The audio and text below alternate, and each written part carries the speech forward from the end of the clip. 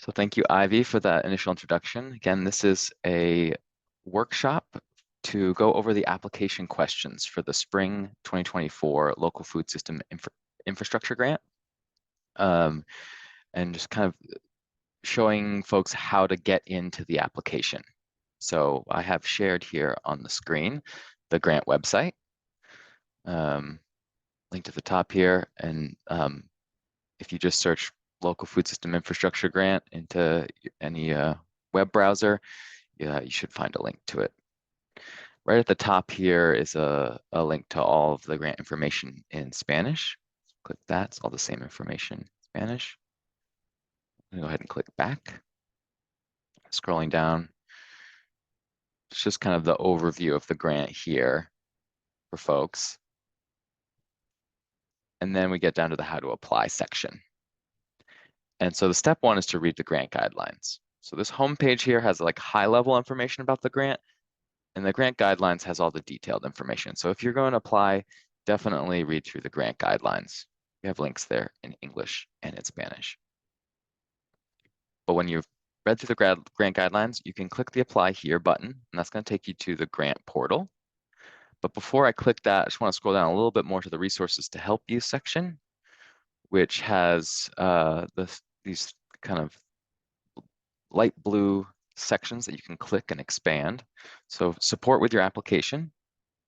This is where you'll find all of the workshops and Q&A sessions that we are putting on, as well as the links to the recordings. When we have the recordings up, you'll find those there. So last Friday, we had a grant overview webinar, and the link to the video recording in English is just there. And in Spanish, all of the links to the Spanish language versions are on that Spanish page that is linked at the top. So you can register for any of these. And I do want to highlight here that if you have a slow internet connection, you can register for these Zoom links and call in by phone, especially for the Q&A sessions, if you have questions related to your specific application. Scrolling down, I just want to highlight there's another section here of grant information. So there's FAQs, there's a sample grant agreement, and there's information on past grant awards that may be helpful in your application. And then we've added also this business planning resources section. So the link to the green resource book, which is a handbook for small and direct marketing farms that could be helpful in your application, as well as some just business support organizations, and also specific kind of like a business plan template. We are opening up the opportunity to submit a business plan for all applicants this round. And so we do recommend that everyone at least put together, this is a one-page template here. So definitely something to look at. And I'll show you where that is on the application in just a little bit. So with that, I've read through the grant guidelines. I'm feeling good. I'm eligible. I'm going to click the apply here button. It's going to open up a new page. So here at the top, I can still click back over and see what's on the grant website. But now this is the grant portal. And I already have a sign-in. I have a test application here today to go over with you all. If you don't have a login, email, or password, you'll need to sign up here. And if you applied in the past, you can use your same email and password, and they might even be saved there for you. So that takes you into this section here. So if you have multiple people working on a grant, you might just share a login and password, because there's only one username attached to one application. So what that brings you to here is a page where we have just kind of an overview of the grant again for you. And then to complete your application, you'll need to create a profile. So that's that step here. And then after you create a profile, you'll fill out an application down here. And so the profile is just kind of information about your organization, which I don't think actually saves over if you applied in the past, so you might have to fill that out again. I'm not going to go over this because it's all straightforward, just questions about your organization, and focus instead on application questions, which have a little bit more context, I think. One thing to note is that once you have filled everything out on your profile, it will say complete, and it will not say complete if it is not um, like ready to roll too. So just keep an eye on those pieces.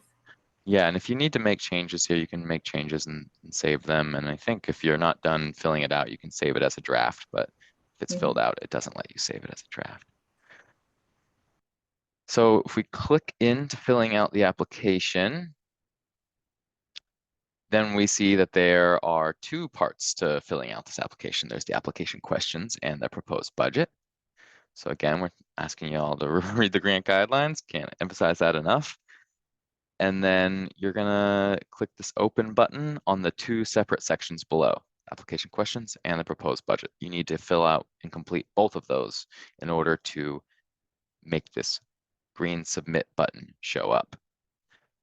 And so once you have completed both of those sections, then you will be able to hit submit. And you can check that we received your application by checking your email for a submission confirmation email that you'll get.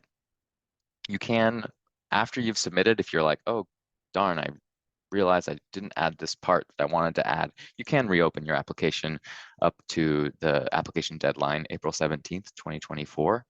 But you must resubmit your final application. So if you make changes, it's gonna ask you to submit again. And if you don't submit again, it won't be submitted. Okay. So tomorrow we're gonna have another workshop like this that's going over the proposed budget, but for today we're just gonna look at the application questions. And I think it'll take maybe like 10, 15 minutes. So yeah, we'll have definitely time for questions after this. So clicking open here. So this is where you have all the application questions down here below. And I just want to point out at the top here, you can save draft to come back to something, come back to it later. And you can also mark complete when you have everything in there, or if you just wanted to go back and not save what you were working on. If you made changes you didn't want to make, you could just close it. I'll show that, if you try and mark complete right now, there's a whole bunch of fields that are required that aren't filled out, and it won't let me. So it's saying 36 fields still require attention. Okay, actually I'm gonna go back because then we're just gonna have like little red warnings on all the questions. So the first at the top, there's just a few things to be aware of. We can do a little reminder of the grant purpose. You want to be aligning your application with that and with the grant guide, the evaluation criteria and the grant guidelines, which is maybe the biggest reason why we emphasize reading through the grant guidelines is that you can really see details on how your application is scored, because this is a competitive grant.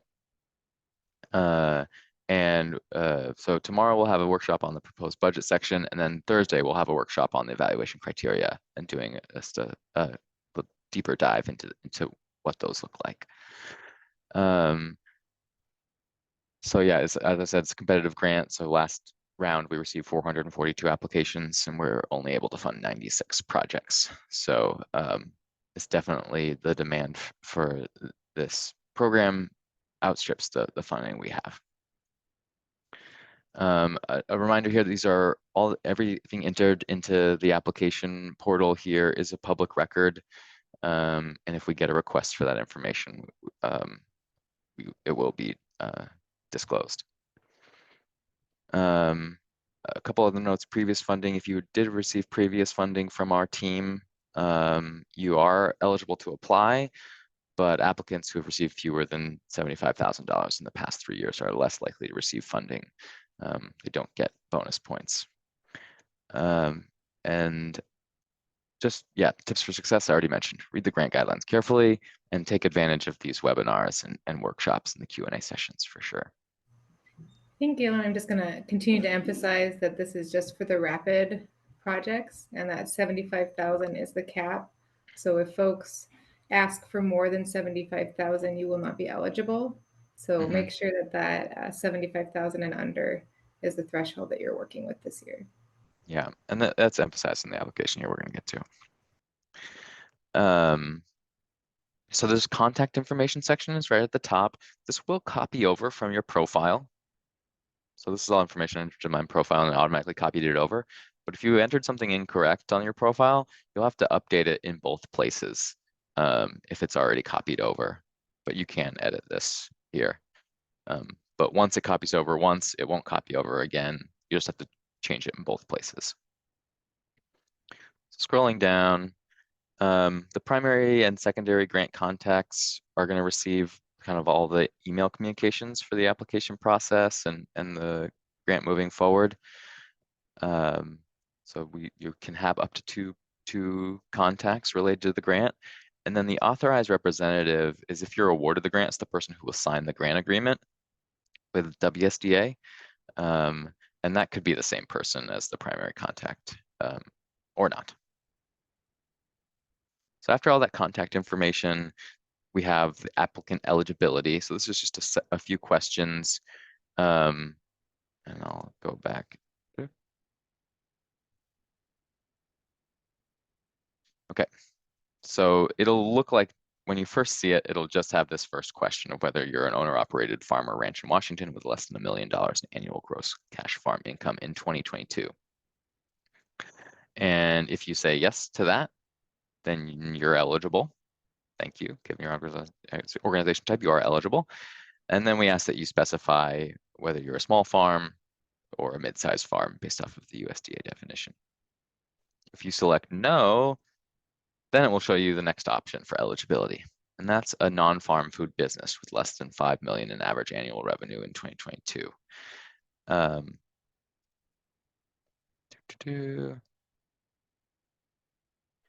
And if you say yes to that, then it will ask you if you are a small non-farm food business or you make more than 500,000 or less than 5 million. And if you say no to the non-farm food business, then it will bring up the nonprofit, tribal, or local government entity. And if you say yes to that, then you'll be eligible, and no, then you would be not eligible. So, and then these only affect this section up here. They don't affect anything down below. So this is just kind of helpful for context for folks, just so you don't go too far through the application without realizing that you're not eligible. All right, now that we're through that section, we get to the project proposal. This is the biggest section of the application questions. And right at the top here, there is one type of project in this grant round. So one grant type. Last round there were two. There's the rapid ready and large projects. This round there's only the rapid and ready projects, $10,000 up to $75,000 for projects starting in July 2024 and ending June 30th, 2025. It's about 12 months total. And yeah, so the distinction here is these are for projects that are like pretty straightforward and or just equipment purchases that can be completed on a relatively short timeline. 12 months is a little bit longer than the last rapid and ready project timeline, but it still can be difficult, especially if you were considering doing any construction or building improvements and you need to work around contractor schedules and building permit schedules. And then on top of that, this is a reimbursement style grant. So you make grant purchases up front, and then you submit invoices and proof of payment and get paid back by WSDA, which we recognize is difficult for small businesses, but it's a requirement of all Washington state agencies that we can only make reimbursement payments. And then there's one final reminder here before we get into the grant information that you're really encouraged to apply for whatever between $10,000, $75,000, whatever funding amount best achieves your goals. It's appropriate for the stage capacity and experience of your operation and is achievable within the project timeline. So there's no kind of preference for smaller or bigger projects. It all just is relative to your operation and your needs and a reasonable budget for that. because we will have ongoing funding opportunities. So if now's not the right time, then maybe the summer, fall of 2025 would be a better fit, and you'll be more ready for your grant project at that point. All right, so the first step here is project name. And this is just in a few words. It could be the same name as the business or organization, but just like could be like Galen's Farm Wash Pack Improvement, for example. Or it could just be Galen's Farm. And then below that, we ask you in a sentence to describe what you plan to purchase with the grant funds and why. And we really want you to be as brief as possible with this one. This is kind of how the project would be described publicly on the grant website if it was awarded. So if I use that wash pack example, it would be like um, uh, building a new produce wash pack station to increase food safety and food quality. And so trying to get it into one sentence, 2 sentences, maybe max 75 words here. The next thing at the top here is this total proposed budget amount. And this is what we want to make sure does not exceed $75,000, or your grant application will be ineligible for funding. It will be outside of the requirements for this grant. And unfortunately, the way that we have this portal set up is we can't have it stop you at $75,000. There's no way for us to do that. And so we really just need you to keep an eye on that detail. And this number here is not something you enter. It actually will automatically update as you fill out the proposed budget form, the other section of the application. And so you'll want to watch the other video that we do on that. So next up, please describe the applicant's current operation, including the services and products that are provided. Who are the key personnel related to the grant project, and what are their roles? So this one's pretty straightforward. Definitely, like if you used to do something and it's relevant to your grant project that you want to do again, maybe you can talk about that, but really focusing on what are service and products that are currently provided, and personnel that will be working on the grant project. So not all personnel, if they're not really related to the grant project, then it's okay to leave them off. Next up, how many years? Did you have something, Ivy? I think it's worth just underlying that that it is important to know that you're ready and that achievability is still there. So in that applicant's current operations, you have an opportunity to be like, this is where we're at and what we are ready for too. Mm-hmm. Yeah, and there's a question further on describing your experience. So this isn't really the section for describing the personnel's experience, just kind of who they are and what their roles are. Thanks for that note, Ivy. So next, pretty simple, how many years the applicant organization's been in operation. This isn't an eligibility criteria. Just want to know. And then which geographic areas does your organization primarily operate in or serve? So primarily there being like, if you sometimes sell to one person in a far-flung part of Washington, I wouldn't select that. This should line up pretty closely with your kind of description of your operation. But it could be that you're based in one area of Washington and you do sell in many different areas. So that's a good way to showcase that here. Next up, we have a newer question to this application. And we're asking you to help us understand your operation by selecting your current primary sales outlets or channels and estimating the percentage of total sales for each outlet. And then if you are a nonprofit or service provider that doesn't do direct sales but supports farms, ranches, or food businesses, then you would select the Washington Grown food sales outlets that you currently support. And this is a select all that apply button. And so just going through these, farmer direct to consumer, this is like selling a half animal right off of your ranch to a consumer. And there's not like really a retail store. So there's not a farm stand involved. And there's also not a subscription or a CSA involved. So this is like a pretty small specific category there. The next two are both farm stand retail locations, one on-site or two off-site. Fourth one here, the farmer's market. So if you were a farmer's market applying, you would probably select that one. And then, so when you select one, this is a good example here, then it will pop up with what percentage of total sales are from farmers markets. So if you were a farmer's market applying for this grant, you would probably select farmer's market and put 100. And then we just have this little calculator here for your reference that when you select multiples of these, it'll add up what you say here and it will sum them here. So this should add up to 100. So no one has more than 100% sales. Okay, then we have online retail. So if you have a storefront, like a food hub that has a storefront that just people can go on and order things online retail. That's not like a CSA or subscription, because that's a separate category here, which we have CSA subscription. And like I said, you can select multiple of these. Food hub or like kind of an intermediary wholesale. That's the next one. And then we have restaurant wholesale, grocery store wholesale, and kind of other institutional wholesale. And then we actually have a other wholesale category that you could click. And when you click any of the other categories, it will ask you to describe the type of other, and then it will give you the chance to add in the percentage there.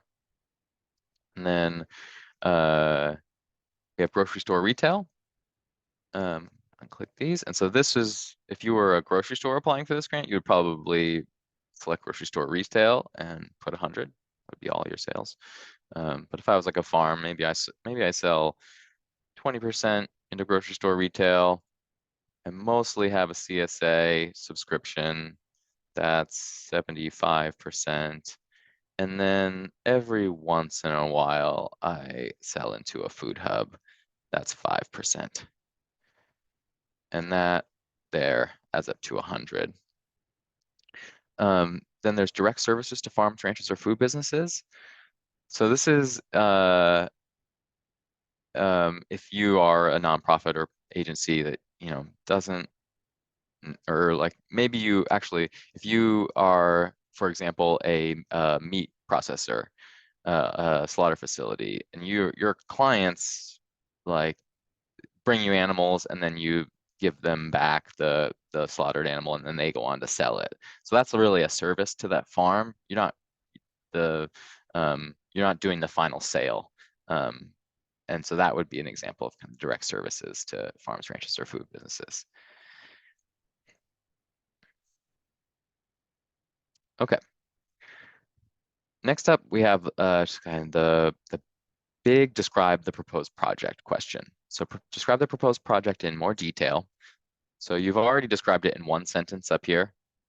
But this is, so we're not looking for a detail up there, we're looking for detail down here, including specifics on what you plan to purchase with grant funds and the project timeline. And note that July 2024 is the earliest possible start date for this grant round. So it doesn't really make sense for you to say that you're going to start your grant in April or May when the grants have not even been awarded yet. And then projects must be completed by June 30th, 2025. And I guess I'll make one note here. You can, in these boxes, you can organize the information as just like one big paragraph, but you also can kind of make little lists like this. And you see the word count here is going up.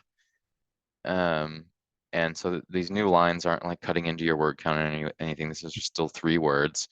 And so if you wanted to just have a timeline that was more like a list viewing or a list format, then you could do that like that. Okay, now we're getting into kind of the project type that most closely aligns with your proposed project. So this is select one. So we want you to choose one of these that will be kind of how you'll be grouped as an applicant. We have dairy projects, supporting milk, cheese, etc., grains or flours, for human consumption. So grains that are for livestock consumption aren't eligible for this grant program. Meat, poultry, or eggs, specialty crop. And this is the biggest section. This is where most applicants will fit themselves into, because this includes vegetables, fruit, tree nuts, seeds, mushrooms, culinary herbs, honey, legumes, pulses, and other etc. specialty crops. Seafood, aquaculture, and then a marketplace category. So a marketplace or service provider if you're for multiple types of Washington grown, caught, or raised foods. If you work across multiples of these and there's not really one that's primarily supported by, then you might select that one. And for each of these, when you select it, another question will pop up and just ask you for a little bit more details about what your project will be supporting. So within the dairy category, it's these different types of equipments related to different products. Within the grains category, it's kind of along the grain uh, production lines, so grain cleaning, sorting, milling, malting, retail, and product, business development. Meat and poultry is kind of more specific meat and poultry type projects. And for all of these, you can also select other. These are select all that apply also, so not as you can be doing multiple things within a project. And if you select other, it'll ask you to fill out what the other is.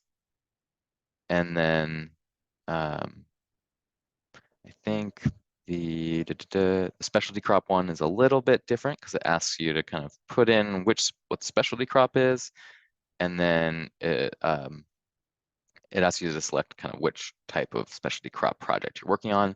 Is it raw agricultural product? So for example, whole berries, a wash pack freezer for whole berry, or wash pack cooler for whole berries. Is a minimally processed agricultural product. For example, frozen berries. This is like a facility for flash freezing berries, packaging and flash freezing. Or is this a processed agricultural product for storage, distribution, or sale? So for example, making berry jam. And it could be multiples of these. This is kind of just a way for us to think about project types in a deeper way. I think, let me just click on Marketplace here. Yeah, Marketplace is also just kind of types of marketplaces: farmers markets, food hubs, retail grocery stores, farm stands. And again, this selection here is the one that most closely aligns with your proposed project. So it has to do with what you're intending to spend grant funds on, more so than exactly like what type of organization you are, although sometimes there is an overlap. For example, a grocery store is gonna click Marketplace and probably gonna fall into the retail grocery store facility equipment section here. Okay, it's taken a little longer than I expected, so that's okay. I might just pick it up a little bit. So the next question is looking at if the primary food or foods supported by this project contain multiple ingredients. Is it some kind of value added product like baked goods, meat sticks, sauces, spices, teas, jams, or pickles? And so it's yes or no. And if you hit yes, a pop-up question will be, please describe your recipe, including which ingredients are Washington grown, caught, or raised, and how you purchase Washington grown, caught, or raised foods.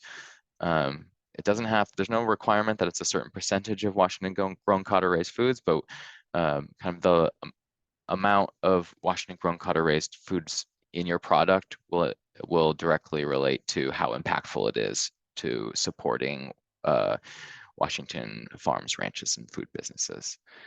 So please be as detailed as possible there. And if you are only supporting Washington grown, caught, or raised foods, like a small portion of the recipe or a small portion of the year, you likely won't be very competitive for this grant. This is a very competitive grant, so just to set expectations there, this grant really should be the grant projects really should be supporting a substantial amount of Washington grown, caught, or raised foods. Okay. Now we're moving on. We have how will your proposed project support specific needs in your regional food system? So that's kind of the why behind your project. What is the impact that it's going to have in your regional food system? And please include a description of the existing resources and infrastructure in your region related to your project. So kind of what's the baseline, what's missing in your region related to the food system, and how is your proposed project specifically going to address that need? 300 words for that one. Next up, how will the proposed project add new sales outlets or channels for Washington grown foods? Please include estimates of the operational frequency and amount of products sold into new sales outlets. If you are a service provider, also describe any new sales outlets for other Washington farms, ranches, or food businesses. For example, through new food purchasing, processing, or distribution by you, the applicant. Be as specific as possible, describing other farms, ranches, or food businesses that would benefit from new sales outlets. And so it may be that your project won't really be adding new sales outlets. It's just going to help increase your profitability in existing sales outlets. So you can kind of talk about that. You can put like it's not really going to do this, or put NA and really focus on the next question. So this could be like an actual sales outlet, like we're going to open a new farmer's market or open a new farm stand. And that would be a new sales outlet or channel. Or it could be that this like level of increased production is going to allow you to start selling into a food hub or selling into a grocery store or to a school. And so that could be a new sales outlet for you. It would be something that you hadn't selected up here, because this is current primary outlets or sales channels. So it could be a new one of these sales outlets or channels. And then an estimate of the kind of how frequent you'll be selling into that sales channel and the amount of products sold into the new sales channel. So that could be a dollar amount, could be a weight, of any kind of estimate that you're able to provide there. And then the second part here, if you're a service provider, so that could be like if you were a food hub that is, or a grocery store that's applying for this, you are providing a sales outlet for other Washington farms, ranches, or food businesses. So you would want to be as specific as possible, describing like who are those farms, ranches, or food businesses that you're looking to partner with, and have your new proposed market be one of their sales outlets. And if you're not sure, then I would recommend folks go out and talk to potential partners before submitting your application. We really like to see that some legwork has already been done, and this isn't just like if we build it, they will come kind of hope. Anything to add here, Ivy?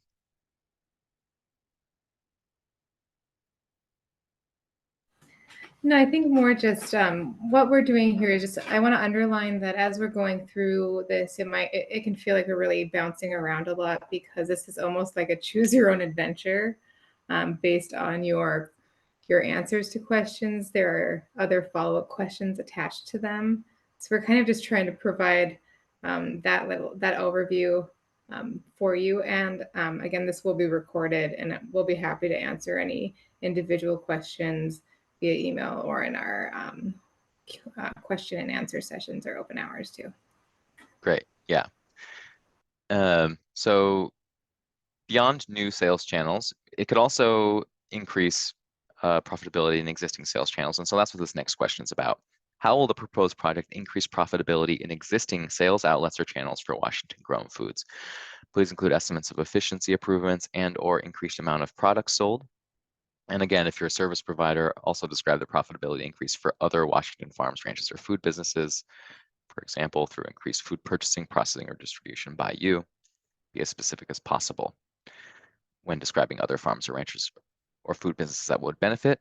But for this one, do not include customers that purchase your products as beneficiaries.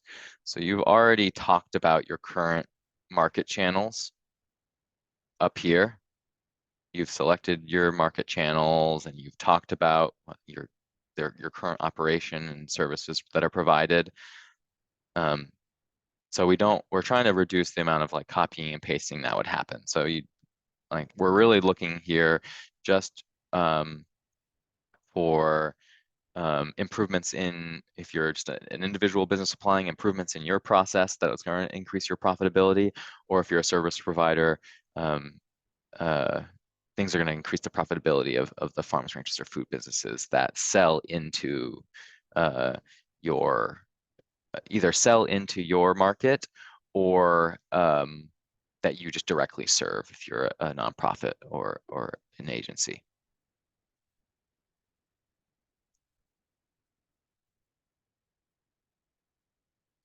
Okay, next up, it's just kind of a catch-all for other aspects of projects that might not be related to profitability exactly.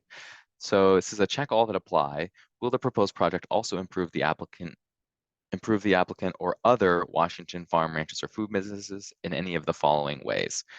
Workforce development, workforce safety, food safety or plant sanitation, food waste management, wastewater management, humane handling, marketing, those things that are kind of a little bit further away from profitability. Okay, so next up, describe your existing partnerships with the previously listed farms, ranches, or food businesses that will benefit from this project. Please include how they participated in the planning process and any key takeaways from their input. If there's no existing partnership, please describe how you plan on working with them. If your project is not benefiting other farms, ranches, or food businesses, you can write NA. So here we're really wanting folks to, as I said, be be planning your project with the benefiting farms, ranches, and food businesses so that you can have as much detail on how exactly they're going to participate in the eventual project. Next up, how will your project expand access to foods or food processing services that are not regularly available in local markets? If it will not do this, write NA. For example, regions with limited access to Washington-grown, caught-or-raised foods. If this will be the only farm stand in your region, you can talk about that here. Or maybe there's specific culturally important foods that have limited availability that will be increasingly available from this project. You can talk about that. Or also food processing services that meet specific cultural requirements, such as halal or kosher.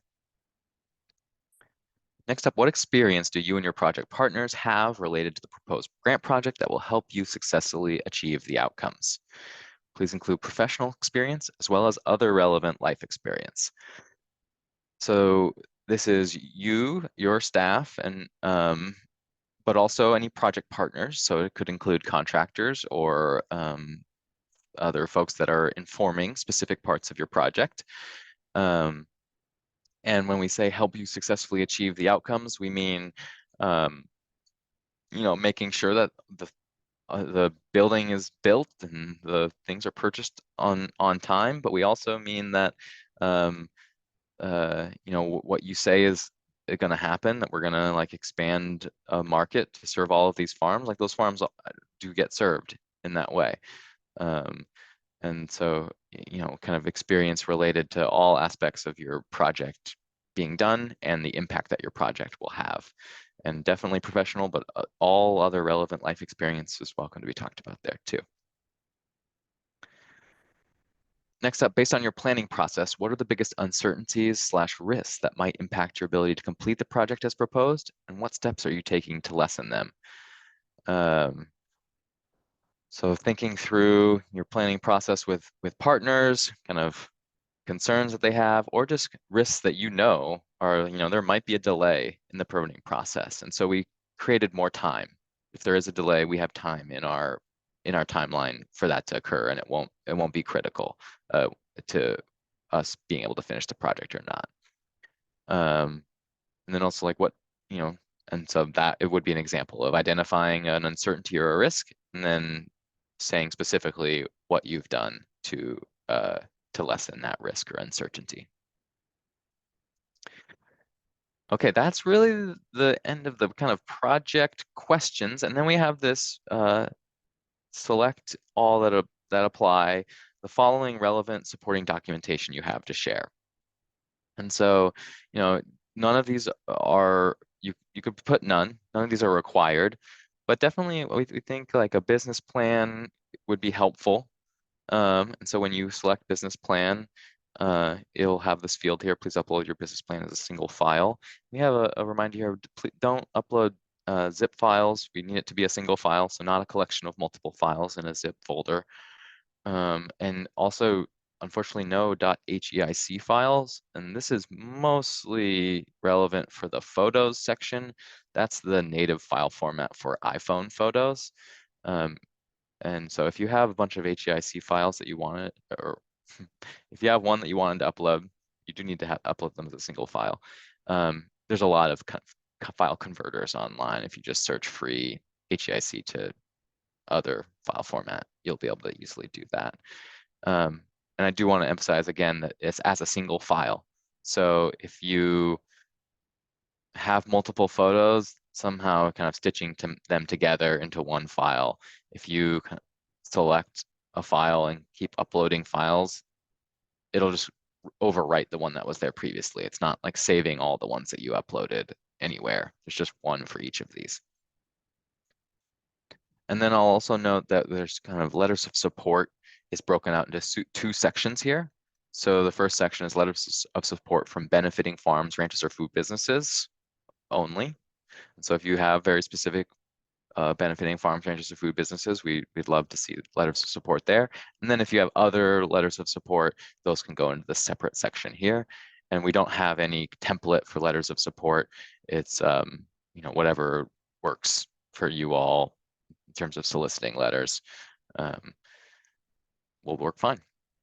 Okay, then we have a permitting section. Will this project, and there's a lot of logic into this section, so it may be a little confusing as I go through this. So heads up. Will your project require any building permits? If you say yes, it'll ask you to describe the permits you'll need, and it'll ask you, have you already applied for building permits? If you say yes, it'll ask you, when did you apply? If you say no, it'll ask you like if you've met with your planning department and describe what you learned in any details. If you say no, if it's just an equipment purchase, you don't have a building permit, or if you're an exempt for some reason, a lot of farm projects are exempt from building permits. Please describe any building or land use permit exemptions that apply to the proposed projects and why you don't need permits. And if you're not proposing buildings, you can just write NA. Okay, and then the last permit section here is, will your project require any permits related to additional water resources, municipal wastewater services, or septic systems?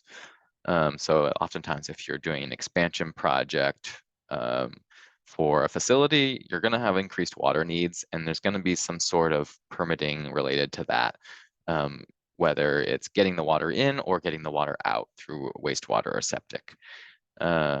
So if you select yes, actually, if you select yes or no, it'll say, please describe, it doesn't matter, it'll ask you to describe what you know about needing approval to additional water resources. And if you say yes, then it will ask you if you've met with your local permitting department to review those needs. And if you say yes, it'll ask you what you learned. And it'll also ask you that if you say no. Finally, there's two sections. Oh, go ahead, Ivy. Yeah, I just want to continue to emphasize all of these permits are going to speak to your readiness and your achievability for this. So even if you know you are not required, I would encourage people to state that you are not that and how you know that. Because every island, every region is very different. We know microclimates are everywhere. And so it's important to acknowledge that in these permitting areas. Yeah, and that reminds me too, thanks for sharing that you don't need permits in order to apply. It can be part of your process, but there should be a clear timeline for when you're going to receive those permits. And if it's not going to be within the project timeline, you should speak to that and how you're going to ensure that after the project wraps up, that you would be able to get that permit and make sure that's really clear. So then we have a section on licenses. These are all WSDA food licenses. So if your operation currently holds any of these, you should select them. And when you do, there's a spot for you to put the license name and number, name and or number. And then the final section is just certifications. So these are just the like really nuts and bolts, making sure everyone knows exactly what is required to participate in this grant, and that we're all on the same page, and that you won't be surprised by anything happening, down the line. I'm not going to read through all of these. Happy to answer any questions about them though, if the folks have questions. And then we have an electronic signature, just to represent you're the ready to potentially enter into a legally binding agreement with us, a grant agreement, and you're agreeing that all of this stuff is true to the best of your knowledge. Okay, I am going to stop recording.